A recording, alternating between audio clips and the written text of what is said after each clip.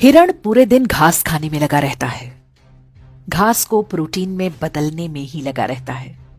दूसरी तरफ मांसाहारी लकड़बग्घे को जब तक भूख नहीं लगती बस आराम से पड़ा रहता है, क्योंकि उसे पता है कि उनके लिए प्रोटीन का इंतजाम करने के लिए हिरण जो लगा हुआ है। जब तक हिरण हैं, जंगल में खूंखार जानवर चैन से सोते हैं, पर हिरण जब कम होने लगते हैं तो ये भूखे खूंखार पशु नए जंगलों की तलाश करते हैं। हमारे पूर्वजों ने भी बड़ी मेहनत से सोना, चांदी, रत्न, ज्ञान, विज्ञान इकट्ठा किया था। क्या हुआ?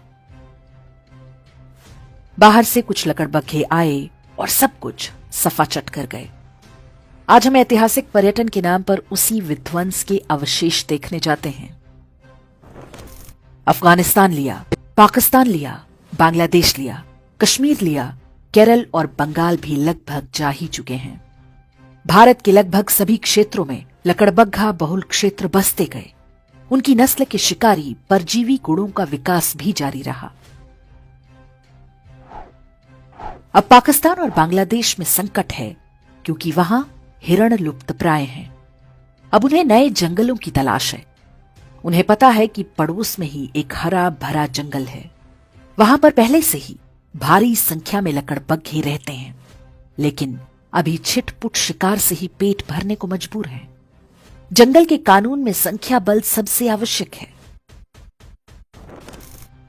इसे ही वो गजवाए हिंद कहते हैं और उनकी किताबों में इसका जिक्र हो चुका है। हर शांतिप्रिय लकड़बग्घे के मन में वो ऐसे बैठा हुआ है जैसे हिरणों के मन में संविधान और राष्ट्रगान। हिरणों को अनुमान नहीं कि आखिरी युद्ध बहुत कठिन होगा, क्योंकि ये अंदर से शुरू होगा, फिर बाहर से।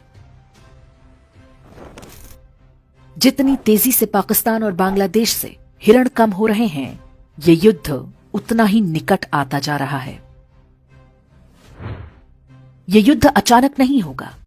वास्तव में हम पहले से ही इसके बीच में हैं। विश्वास ना हो तो हैदराबाद, केरल, पश्चिम बंगाल, यूपी, हरियाणा, राजस्थान, दिल्ली आदि के लकड़बग्घा बहुल क्षेत्रों में घूम आइए। हिरणों ने वहां से घर और संपत्ति बेचकर कहीं और बसेरा बना लिया है। लेकिन वे जिन स्थानों को सुरक्षित समझ रहे हैं, वो भी वास्तव में सुरक्षित नहीं है। सिर उठाकर देखें तो उनके ही आसपास कोई लकड़बग्घा फलों और नारियल पानी का ठेला लगाए खड़ा है। कोई लकड़बग्घा प्लम्बर, कारपेंटर या मैकेनिक बनकर हिरणों पर नजर बनाए हुए है। हर कोने पर लकड़बग्घों की मांद भी बन रही है। आंखें और कान खोलेंगे तो सब कुछ दिखेगा। आप खूब संपत्ति बनाएं, अपने बच्चों को अच्छी से अच्छी शिक्षा दें, ताकि वे अच्छी नौकरी या व्यापार कर सकें।